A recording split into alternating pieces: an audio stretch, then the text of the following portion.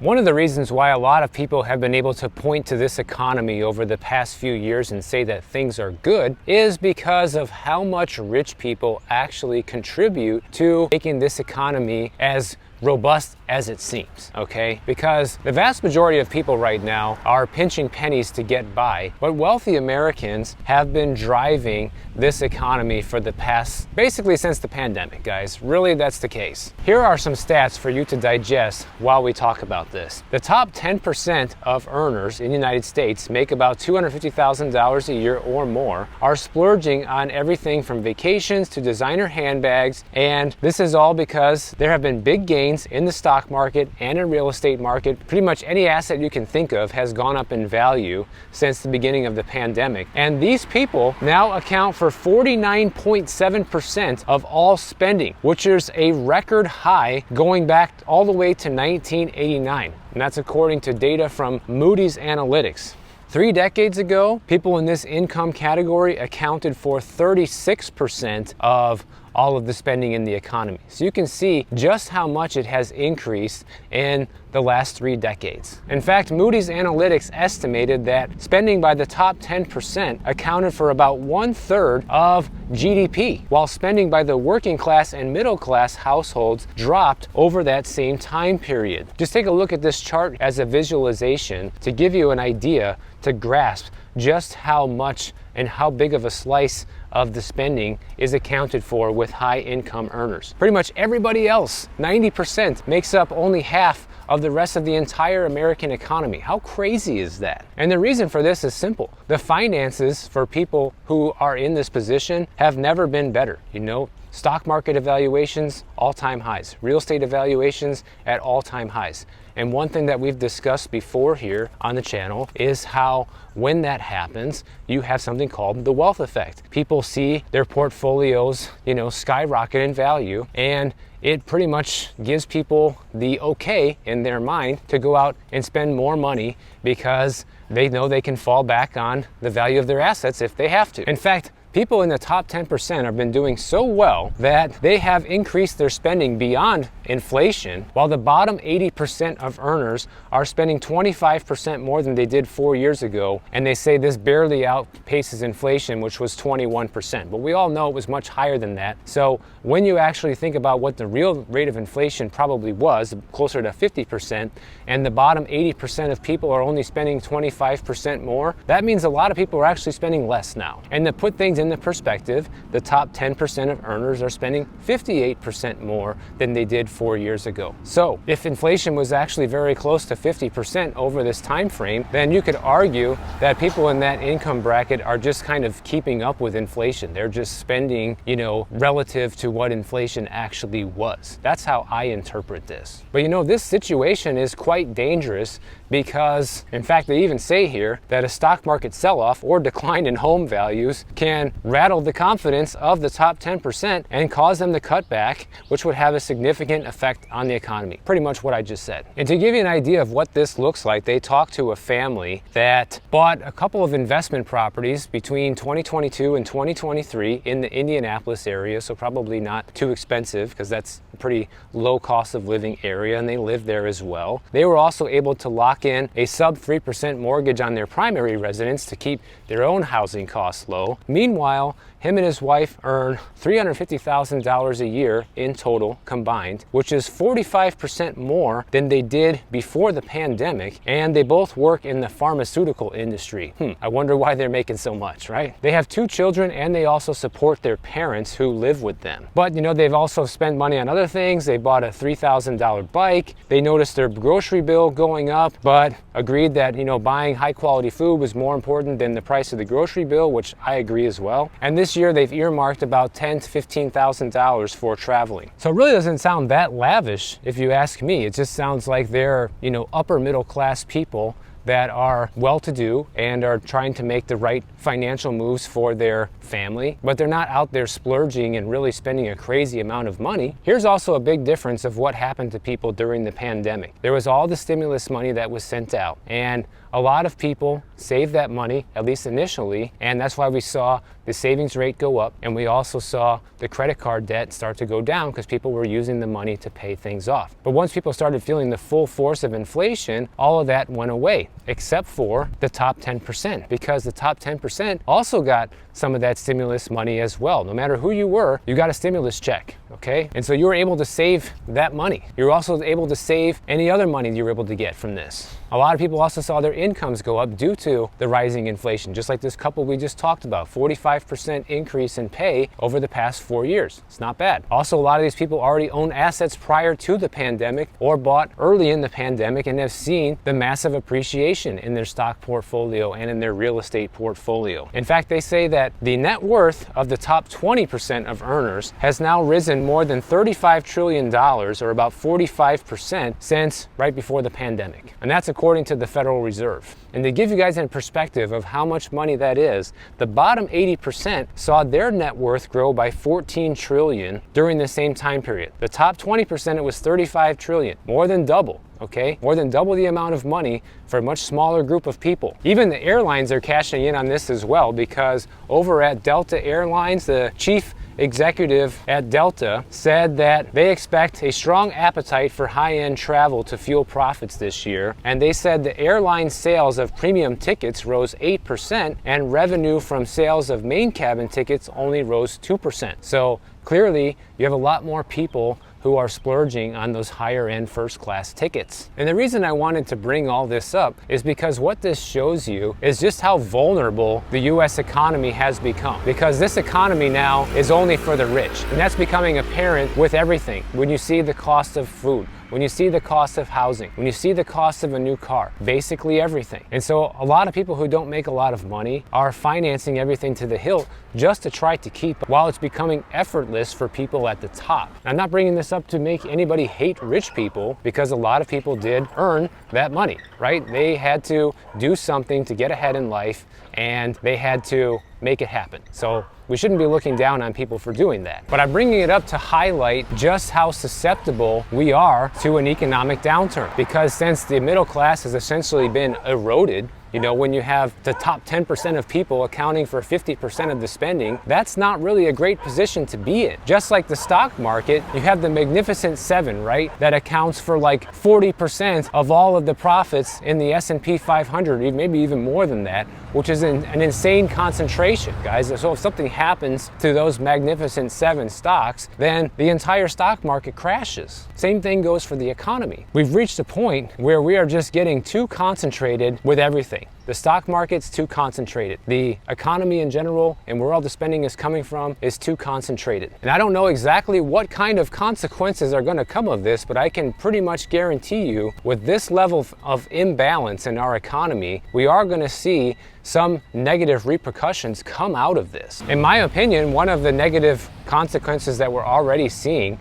is the mass amount of layoffs due to companies not being as profitable as they would like to be. We're also seeing a ton of different stores and restaurants close. Here's a couple of the latest ones. You know, Del Taco, they closed 18 of their restaurants in Colorado with no warning, which was very similar to the Pollo Tropic story I talked about just a few days ago, where they just closed restaurants here in Florida with absolutely no warning. I mean, literally the phone numbers were disconnected, online ordering was disconnected as of Thursday morning this week, just by surprise. And then they had a sign on the door saying, we regret to inform you that effective Thursday, all Colorado Del Taco locations are closed until further notice. We thank you for your patronage, the memories we created together, and wish you well. Well, what's up with that? Maybe because all of the folks that dine at Del Taco are not dining there anymore. Their profits are down substantially. They decide just to close the store. And my guess is it's probably not the top 10% of earners who are regulars at Del Taco. Just a hunch. Del Taco has been in Colorado also since 2003, guys. So they've been there for well over 20 years, and all of a sudden, boom, they're all done. Supposedly a couple of them in Denver and Colorado Springs are going to be opening back up, but still, this sudden shutdown just like that, with no warning, is very suspicious for any type of business. Usually when a business is going to be closing down, they warn all their customers, they have going out of business sales, at least stores do. Obviously a restaurant's a little bit different, but you know, they're usually not just going to shut down abruptly and say, surprise, see you later. Another one that's in trouble right now is Papa John's. You know, this is the second pizza chain within this week that has come out and talked about how sales are slowing down and they're in trouble. We did a video about Domino's earlier in the week, and they talked about how they're seeing their sales slow down, specifically delivery sales, by quite a bit. Well, guess what? Same thing's happening over at Papa John's. And now Papa John's is predicting that sales throughout 2025 will either remain flat or maybe go up by 2%, which might be an optimistic outlook considering that last reading for the end of last year, guys, because this year things are only going to get worse as far as people's finances, especially regulars who eat at Papa John's. It's not likely to get better. And once again, I'm willing to guess that it's not the top 10% of folks who are regulars at Papa John's. On the earnings call, the Papa John's CEO said that the company is noticing its customers becoming more cautious about their spending despite recent deals and discounts. So this is the consequence that's already starting to rear its head when top 10% of earners are spending 50% of the money. It means that the bottom 90% don't have enough money to go around to keep all these other companies and all these other businesses afloat, which leads to layoffs and more job losses, which creates that negative downward spiral of the economy that we've already started to go down. The CEO also said that the environment is very much value focused at the moment, and customers are much more deliberate on managing their overall ticket. Papa John's customers,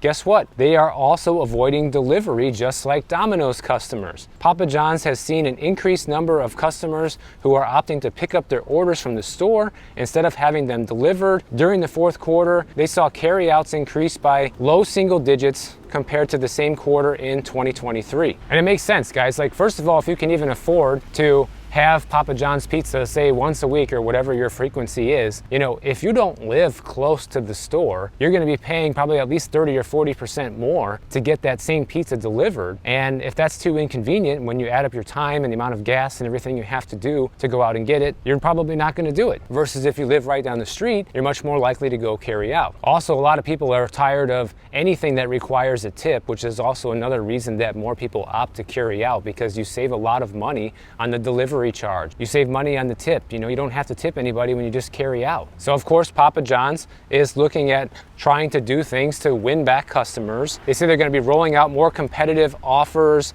and they're going to be reinvigorating core menu items, whatever that. So what you see is a lot of these restaurants, especially fast food restaurants, but all of them in general, are starting to have to cater to the value-driven consumer. They're starting to have to come up with deals that entice people to come back in and start ordering amid high inflation. But it's not just restaurants that are suffering from people not having the money, guys. You even have stores like Lowe's, for example. Lowe's, they just issued a warning about consumer spending as well. They're saying that many consumers across the country have deprioritized spending on large discretionary home improvement projects, such as kitchen and bathroom remodeling. And this, of course, comes at a time when home prices are still lingering at all-time highs, so you don't have a bunch of people in general even going out and buying homes to remodel to begin with. And even if they do, chances are they spent all their money on the house and don't have any left over for the remodel. Lowe's came out with their earnings report for the fourth quarter also, and they only saw their comparable sales increase by 0.2% year over year, which is basically remaining flat, no growth. And this is what the CEO said. He said, despite these better than expected fourth quarter results, we're still seeing a cautious consumer, leading to continued near-term pressure on DIY discretionary spending, particularly on bigger ticket projects. Lowe's also saw a 2.2% year-over-year decline in store foot traffic during the fourth quarter. And throughout all of 2024, they actually saw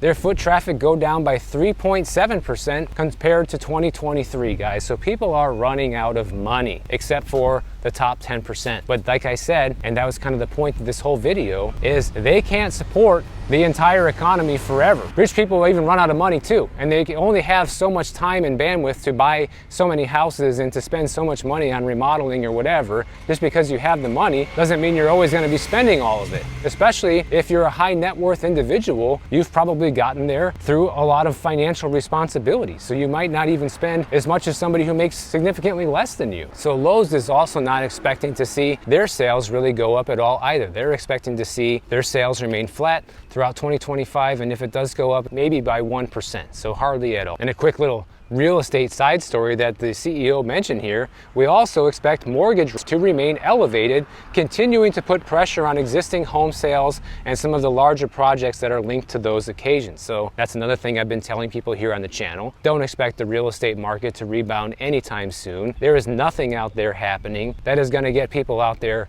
to buy, not even lower interest rates, guys. And even Lowe's is trying to put forth effort now to attract back its frugal or lower income customers.